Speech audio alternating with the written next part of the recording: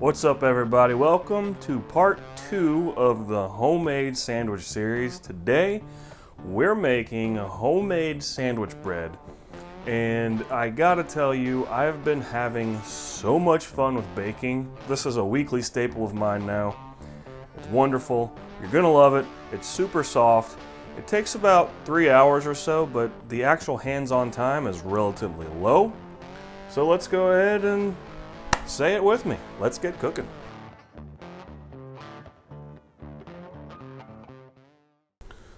Alright, so the first thing you're going to want to do is take 1 cup of warm water, and we're going to turn the burner on very low.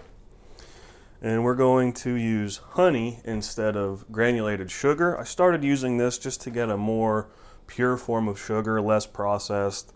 I'm not saying that's the right thing to do. You can substitute this out for sugar if you want, and it'll largely come out the same. And we need 3 tablespoons and 1 teaspoon of honey. Check out this trick. So we need 3 tablespoons, and honey's going to stick to this. But if you take just a little bit of avocado oil and lightly coat it, watch this.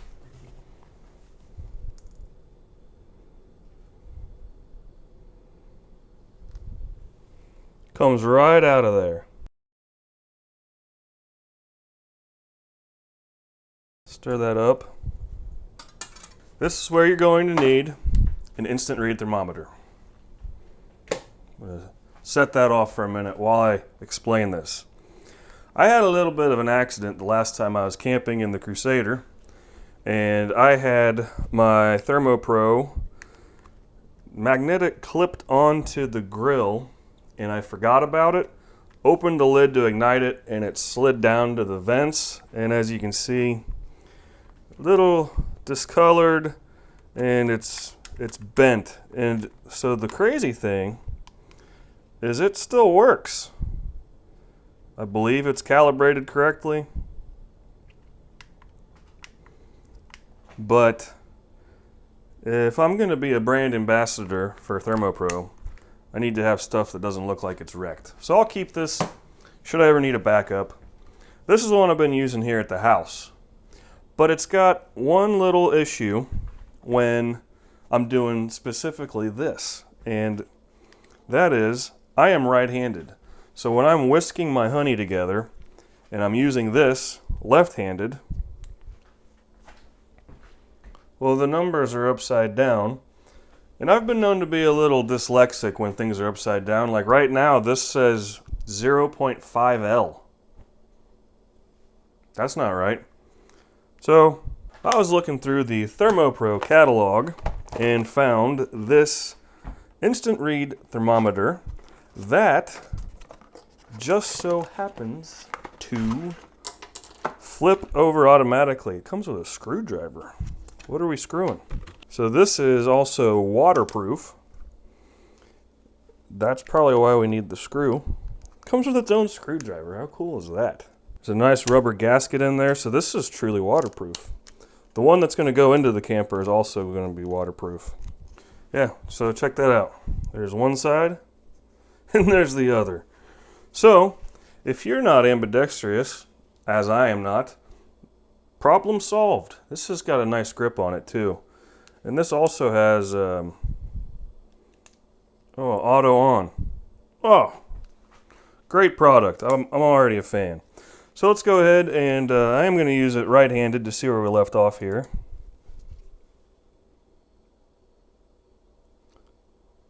Alright, so we stopped it at 90, so we're going to go ahead and turn that back on, just low. We're not looking to burn the sugar, we're just trying to distribute it evenly in the water. This honey is not for us. This isn't to sweeten the bread, this is yeast food. So once you get all dissolved here, let me see if I got another camera. See how it's not really in the water yet? Once it's all dissolved, you know you will be where you want. But we're also looking to stop at about between 102 and 110. I usually stop at 109 because when you go into the mixing bowl, it's going to be at a room temperature, which is 75. And see what I mean? When you're stirring, my display flips over to the other side, and I don't know, am I ambidextrous? Yeah, it feels weird. I don't like it. So we're going here. We're at 101, 2. We're getting there. 107, 108. There we go. I'm going to call that good. And we're going to take this and, excuse me one second. Kind of got a lot going on here. We're going to go straight with our water and honey into the mixing bowl. And just double check it. That'll do. We're not trying to kill our yeast, we're trying to feed our yeast. So I like to use original active dry. It's just my preference. I don't know all the science on bread yeast to tell you substitute it like this, that, and the other thing. So we're going to dump that in there. And then with our whisk,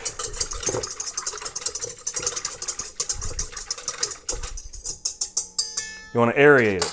Yeast needs air and sugar to come alive. We're going to give this about 10 minutes. And we're going to cover it so that no foreign bacterias in the air get in there and turn it into something that's not supposed to be. So I'll see you in about 10 minutes. All right, so it's been about 10 minutes, and you can tell that you did it right when your yeast is bubbling up like that. That's called blooming. Let's continue on. The last dry ingredient that we want is a tablespoon, of kosher salt. If you're using table salt, cut it by half. So we're going to dump that in there. And instead of butter, I use bacon grease for my fat. So this has been filtered, and I do this myself at home. We want a 1/4 cup. If you substitute this with butter, because if you don't have this or if it grosses you out, use the same amount of butter, unsalted. And this is room temperature.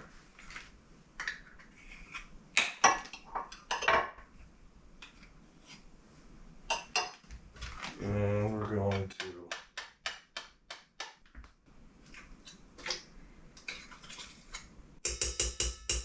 and now we're down to the all-purpose flour. We're going to need 3 cups of flour, and need to clean this up.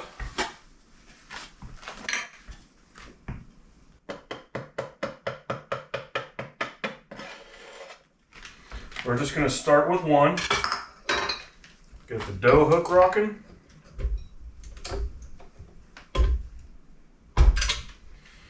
And we're just going to go to the lowest setting and get this out of your way.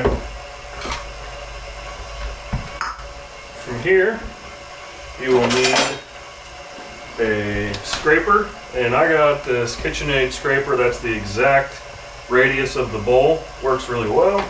Once everything's incorporated, I turn it off.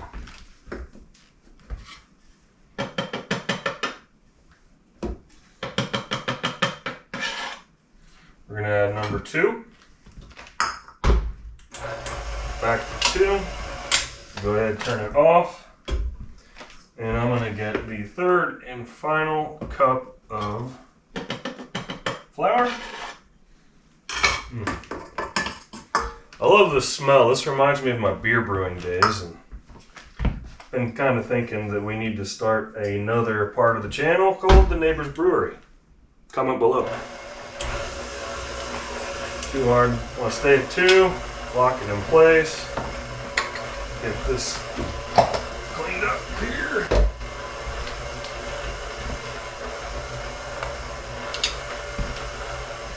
And this last step, getting everything combined. See how there's flour over here? You just want to push that down to the bottom.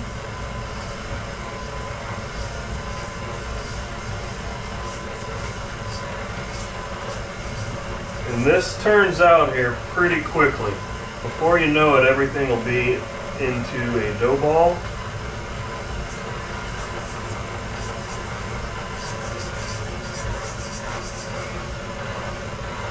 There we are. Once you make it to this point here, I increase the speed to 4. And here, this usually needs for about 5 to 7 minutes. I'll show you how I've been testing it when you know it's time to be done kneading. Coming nice and soft. Alright, so every once in a while, let's go ahead and shut her down. You want to take a finger, and that's not quite where I want it yet. I want to be a little more stringy, so just go ahead and lock and load again. Let it keep going. Can you hear how it kind of picks up speed a little bit? That tells me that the mixer has done the job and it has massaged all the glutens. Sorry, Jordan. So it's time we're going to turn it off again and check it to see if it's ready for its first rise. And when you push it down, when it does not leave an indentation of your fingerprint and it does not come off on your finger all sticky, it's time for your first rise. I think this is sticking a little more than I'd care for, so I'm actually going to give it a few more minutes.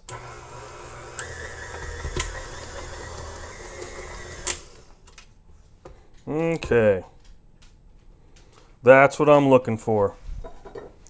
The stickiness has gone away, and it'll feel very soft.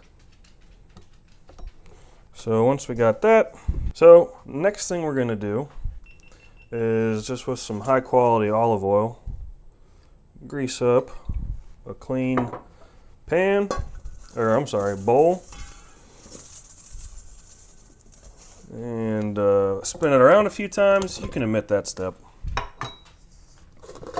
And we're going to see if I can give you a good camera angle. Nope. Sorry, guys.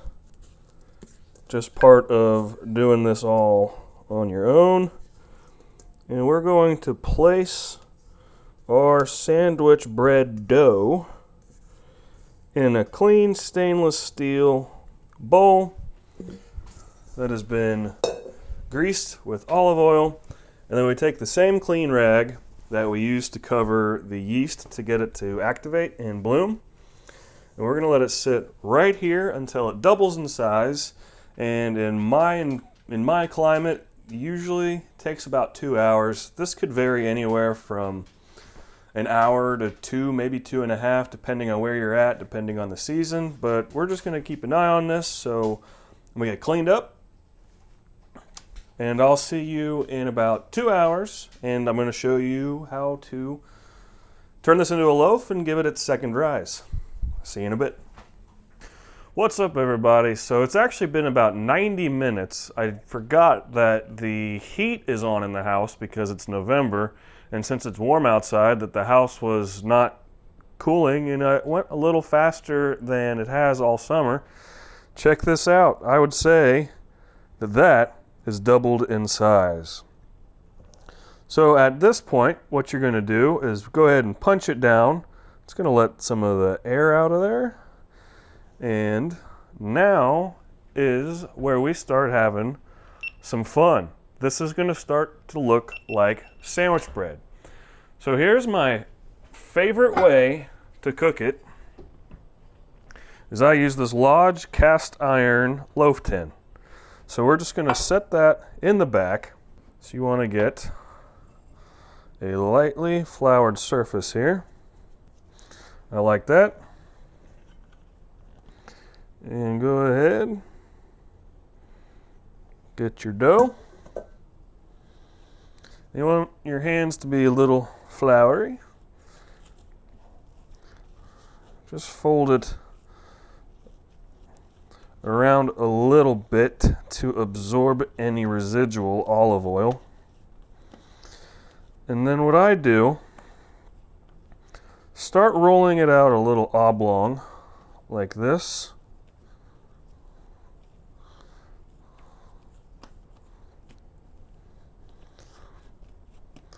And what we want to do with your rolling pin, and it helps if this is a little floury as well, just gently, you don't have to really crank on this. It's not a steamroller. Roughly, I'd say 13 by about 9. So this is a 9-inch loaf tin. So you want your short side to be this dimension there. Give or take, it does not have to be perfect. It does not have to be square. And what you do is you come over here and you're going to roll it up right like so. Okay. Once you have that, we're going to go ahead and place our loaf. If you have to squeeze it in a little bit, that's fine. And there you have it. Now, once again, you're going to take your clean towel. You can use the same one that you've been using, and you're going to cover it. And this is going to go on its second rise. So what you're looking for, 45 minutes to an hour, 90 minutes. Every environment's different. What you're really looking for is you want the loaf to extend above the top of the tin about 1/2 of an inch. It is at that point we will preheat our oven and get our current dough made into bread. All right, see you guys in a bit. All right, it's been some time past. I haven't really been paying attention to the time, but you can kind of see under our towel there is a hump forming here, and that is because it has risen. And you can see if you go down, well, there's your 1/2 inch. So we're going to go ahead and preheat the oven. Now, if you watched last week's video where I roasted deli meat, we found out with my new thermometer that my oven is way off. So the idea behind this recipe and many other recipes for this size loaf of bread call for 375 for 30 to 35 minutes. I think we're gonna go, I'm gonna bake, I think I'm gonna go 425. And you want to use a lower rack. I don't go all the way down. I go to this one. Someone really needs to clean that oven. So we're going to let that get preheated. We're going to put this in. And then I'm going to show you a really cool trick that I learned of being able to tell when your bread is done. And then we're going to see what this feller looks like. All right, so we're about 21 minutes into this thing. It's looking really good. I want to share with you a really cool tip. Let's say that you're following a different set of instructions and your oven just so happens to be off like mine is.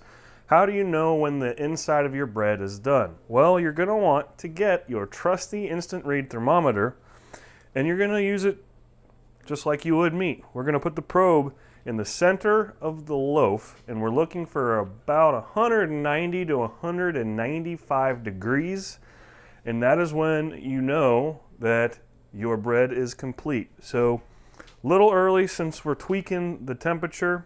I just want to be sure I don't want to overdo my bread. Check this out. Ooh, buddy. And nice and centered. Okay. I'm liking it. I'm liking it a lot. 20 minutes in, I think we're actually going to be done around the 30-minute mark. So I'm going to guess that 425 is actually closer to 375. So yeah, I wanted to share that tip with you guys. We're almost there, so I'll see you in 8 minutes.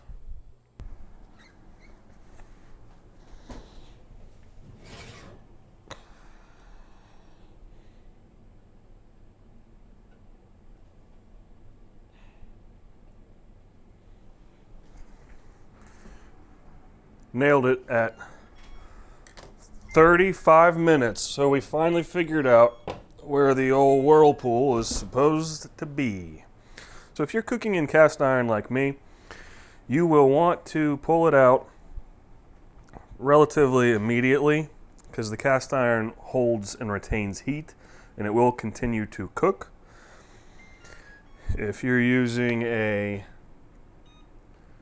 aluminum loaf tin or disposable tin, you can let it cool down a little bit, but with this I like to remove it immediately and put it on a cooling rack, and I just go ahead and pull it out. I use the same knit gloves I use as insulators when I'm wrapping meat. But what do you think of that? A thing of beauty. Oh my goodness, I wish you guys could smell this right now. It's just, my house smells like a bakery. So, I'm going to let this cool down, and I do cover it. You never know when there's some flies who want to make a meal out of it while it's cooling down, and then I put it in a paper bag in the pantry, and I've been cutting off slices as needed. This has been so much fun getting into this baking journey. So next week we're going to bust out the deli slicer, see what that's all about. We're going to combine last episode of roasting deli meat. And actually right now I guess it's just meat. We're going to turn it into deli meat. We're going to slice that. We're going to slice up some fresh cheese, and we're going to make a totally from scratch sandwich. It's going to be awesome. I can't wait. I thank you so much for hanging out with me today. And until next time, be well.